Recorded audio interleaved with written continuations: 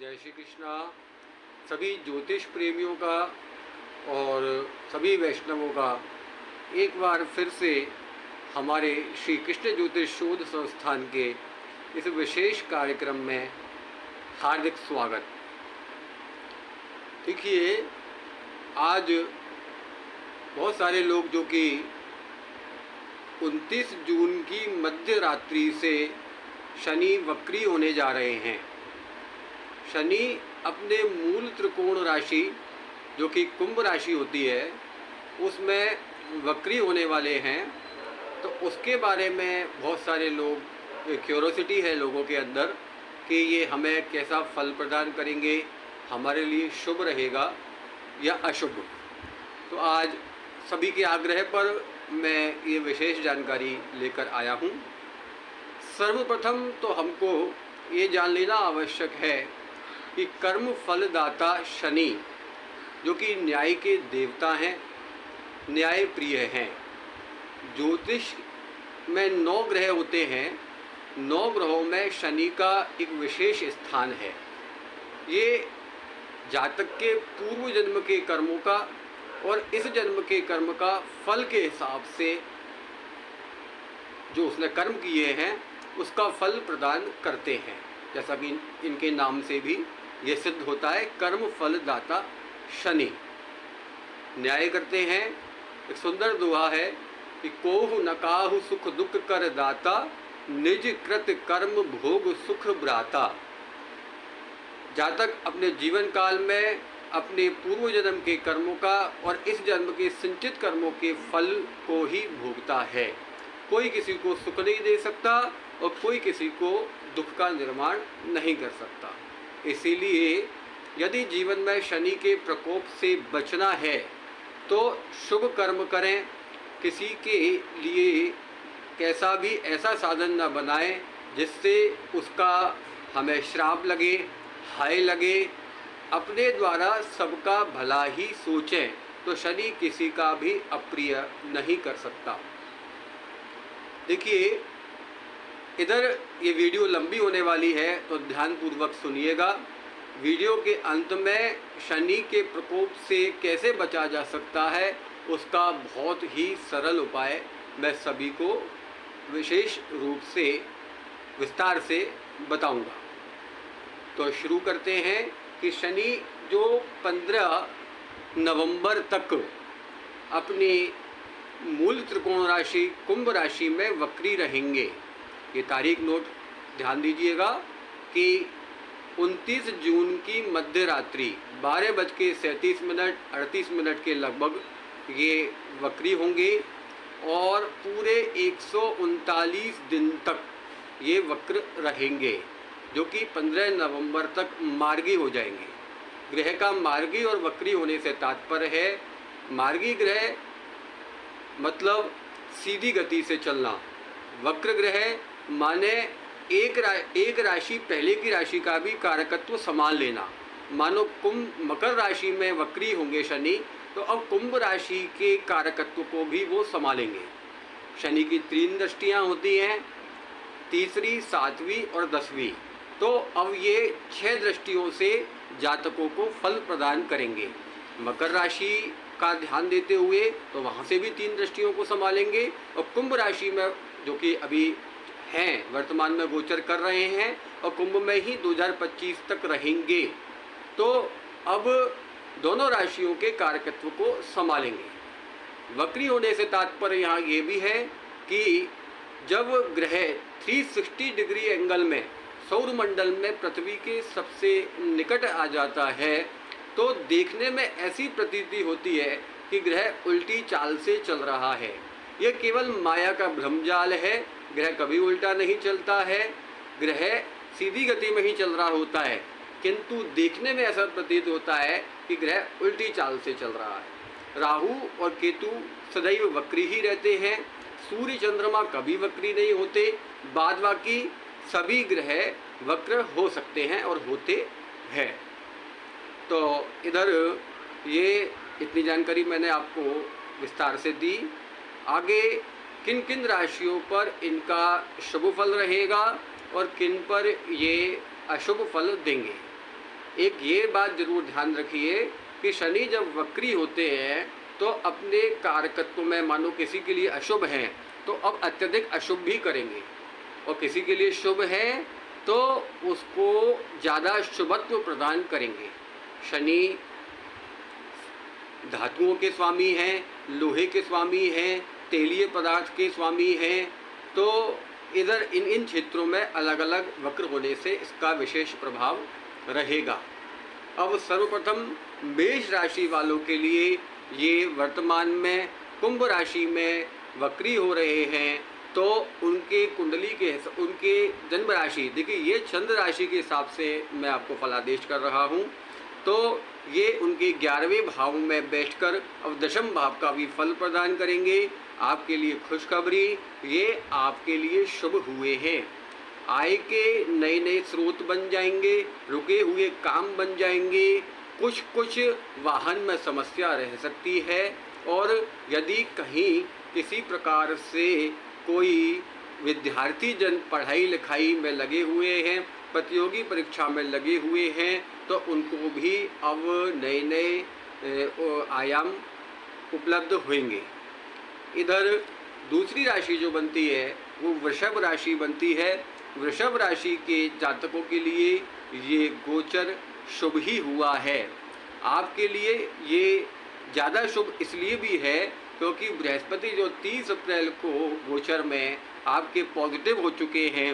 शनि अब आपके दशम स्थान में वक्री होकर आपके भाग्य में रुके हुए कामों को बनाएंगे। नए वाहन लेने की पूरी संभावना है। पुराने वाहन में कुछ खराबी आएगी और नए वाहन का योग बनेगा। घर में कुछ नया कराना चाहते हैं तो कराएंगे, एवं आपके खर्चों पर विशेष रूप से नियंत्रण होगा। होने वाले जो नुकसान अब तक चले आ रहे थे, नुकसान होना बंद हो जाएगा। एकदम से आपको धन की प्राप्ति के योग बनने वाले हैं। मिथुन राशि वाले जातकों के ये अभी भाग्य में गोचर कर रहे हैं, तो भाग्य में वक्री होना कहीं बहुत ज़्यादा शुभ भी है। और जब ये अष्टम स्थान पर भी दृष्टि डाल, अष्टम स्थान का कारकत्व भी संभाल रहे हैं, क्षमा कीजिएगा, अष्टम स्थान का भी कारकत्व संभाल रहे हैं, तो स्वास्थ्य में कुछ अड़चनें रह सकती हैं, ससुराल पक्ष में कुछ समस्याएं आ सकती हैं, भाई बहनों से मनमुटाव की स्थिति रह सकती है, कार्य क्षेत्र बढ़ेगा, उसमें कोई भी संदेह नहीं है। कर्क राशि वाले जातकों के लिए ये गोचर अब अष्टम स्थान में जो वर्तमान स्थिति में कर रहे हैं, तो अब ये 7वें घर पर का भी कारकत्व संभालेंगे, तो आपका लिए ये गोचर बहुत मजबूत नहीं है, क्योंकि कर्क राशि में ये 7वें घर आपके जीवन साथी के स्वास्थ्य पर थोड़ा प्रतिकूल प्रभाव रहेगा। आप यदि किसी से किसी प्रकार से कोई किसी के आपके कहीं पैसे रुके हुए हैं तो वो अभी प्राप्त नहीं होंगे। वाणी में भी कर्कशता रहने का पूरा योग है और आय के साधनों में एकदम से रुकावट आ जाएगी। इधर सिंह राशि वालों के लिए शनि का गोचर जो 7वें घर में कुंभ राशि आती है, वहाँ वक्री होकर आपके जीवन साथी के स्वास्थ्य पर प्रतिकूल प्रभाव रहेगा। आपके खुद के स्वास्थ्य में भी समस्याएं आने का योग बना रहे हैं। सिंह राशि क्योंकि जो है इनकी शत्रु राशि भी कहलाती है, तो आपका स्वभाव भी उग्र रहेगा। वाणी पर नियंत्रणता रखने की परम आवश्यकता है। धैर्य रखें। मार्गी होने तक शनि के ठीक होने का उपाय भी आपके लिए आवश्यक है। कन्या राशि वाले जो जातक हैं उनके लिए शनि का वक्र होना बहुत शुभ हो रहा है। शत्रु परास्त होंगे, सारे कर्जे निबट जाएंगे, एवं आपके संतान के लिए भी ये शुभ है। जिन लोगों के बच्चों का कहीं एडमिशन कराना है, जिन विद्यार्थियों को किसी प्रतियोगी परीक्षा में उत्तीर्ण होना है, उनके लिए शुभ संकेत लेकर आ रहे हैं।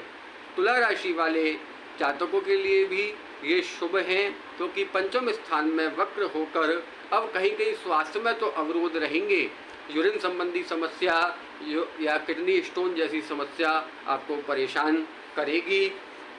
आपकी माता के स्वास्थ्य यदि खराब चल रहा था तो वो ठीक हो जाएगा। वाहन लेने का योग बन रहा है। आपके लिए अनुकूल और प्रतिकूल दोनों तरह से ये गोचर हो रहा है। वृश्चिक राशि वाले जातकों के लिए ये गोचर इतना अनुकूल नहीं है, क्योंकि वक्र ये आपके चतुर्थ भाव में हो रहे हैं। चतुर्थ भाव में वक्री होकर ये आपसे आपका भाई बहनों से विरोध कराएंगे। आपके अंदर आलस्य की मात्रा रह सकती है, या आप काम को कल पर छोड़ेंगे कि कल कर लेंगे। देखिए, काल करे सो आज कर, आज करे सो अब।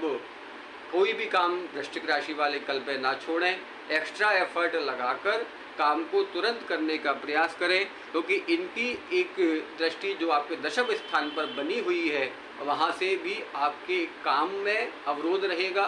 पिता के स्वास्थ्य में कुछ समस्याएं आपको व्यथित करेंगी। कोई सरकारी दंड इत्यादि का भी योग यहाँ से निर्मित हो रहा है।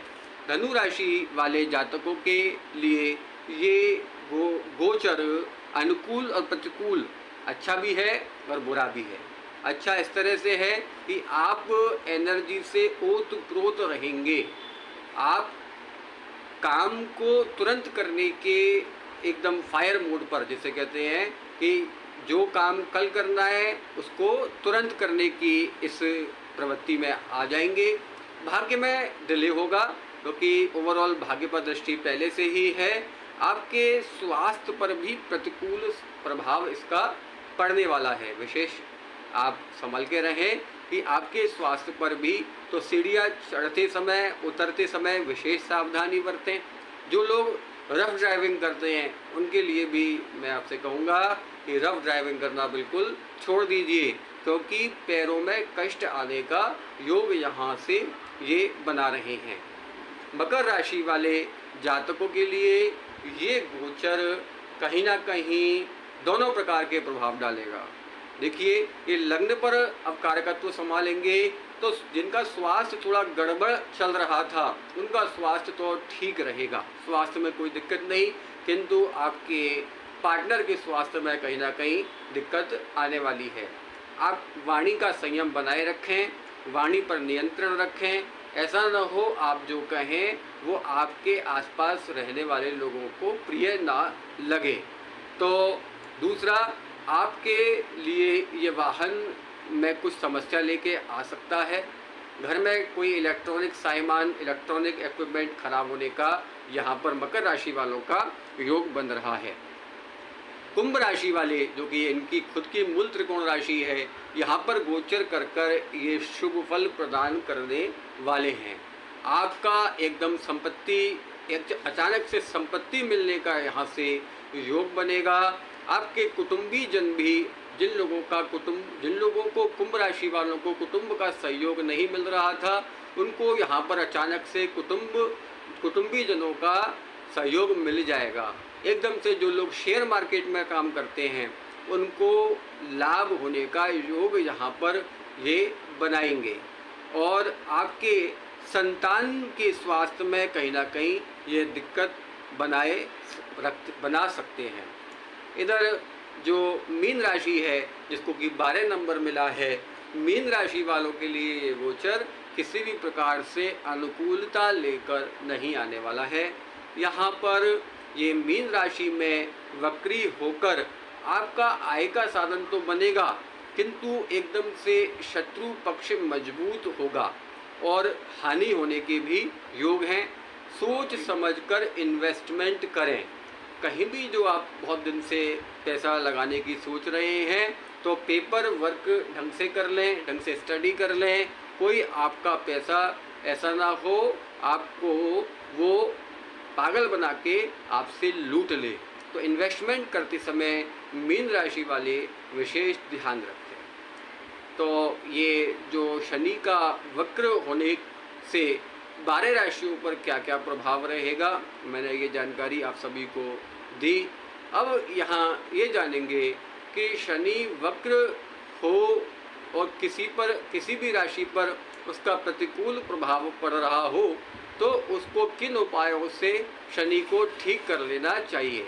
देखिए, शनि को ठीक करने के लिए सर्वप्रथम भगवान शंकर के शिवालय में, शिव जी के मंदिर में देशी घी का दीपक जलाने से सायंकाल में भी प्रदोष का समय वो होता है जब सूर्य अस्ताचल को जा रहे हों और चंद्रमा आ रहे हों। तो अलग अलग देश काल परिस्थिति के हिसाब से वो नोट कर सकते हैं कि मानो 6 बजे सूर्यास्त हो रहा है तो 6 बजे से लेके 6:24 तक प्रदोष काल में भगवान शंकर के मंदिर में देशी घी का दीपक जलाने से शनि शांत होते हैं। दूसरा, जैसा कि भगवान श्री हनुमान जी महाराज से ये शनि भगवान एक तरह से घबराते हैं। भगवान हनुमान जी महाराज बालाजी के समक्ष जाकर जो लोग निवेदन करते हैं, नित्य प्रति हनुमान चालीसा का पाठ करते हैं, बजरंग बाण का पाठ करते हैं, उनको शनि का कोई भी कुदृष्टि का भाजन नहीं बनना पड़ता है। तीसरा, तेल का दान करने से, लोहे का दान करने से शनिवार वाले दिन बहुत से लोग एक गलती करते हैं कि शनिवार को ही कोई तेल दान करना है, लोहे का दान करना है और वो शनिवार को ही खरीद के तेल लाते हैं या लोहा खरीद कर लाते हैं। ये गलती कभी ना करें। जिन लोगों को शनि से रिलेटेड चीज़ों का दान करना है वो लोग एक दिन पहले शुक्रवार वाले दिन ही चीज़ों को खरीद के लाएं, रखें और दक्षिणा सहित शनिवार वाले दिन किसी को भी, देखिए ये शनि का दान ब्राह्मण को भी दे सकते हैं और निम्न वर्ण को देना भी मान्य है। निम्न वर्ण माने जो भी ऐसे लोग जिनको ज़रूरत है उनको भी शनि का दान दिया जा सकता है, उसका पूर्ण फल बनता है। चौथा, कर्म के हिसाब से, क्योंकि हमको शुभ कर्म करने हैं, कर्मफलदाता शनि है, तो हमारे यहाँ पर जो भी नौकर माने जो भी सेवाएं प्रदान करने वाले जीव हैं, जिनसे हम सेवाएं प्राप्त करते हैं, तो उनसे विशेष आग्रह पूर्वक बात करें, उनका सम्मान करें। उनको यदि किसी प्रकार से कोई पीड़ा है तो उसके निवारण का साधन बनाएं, तो शनि सदैव शुभ फल ही प्रदान करेंगे। जय श्री कृष्णा। मिलेंगे अपने अगले कार्यक्रम।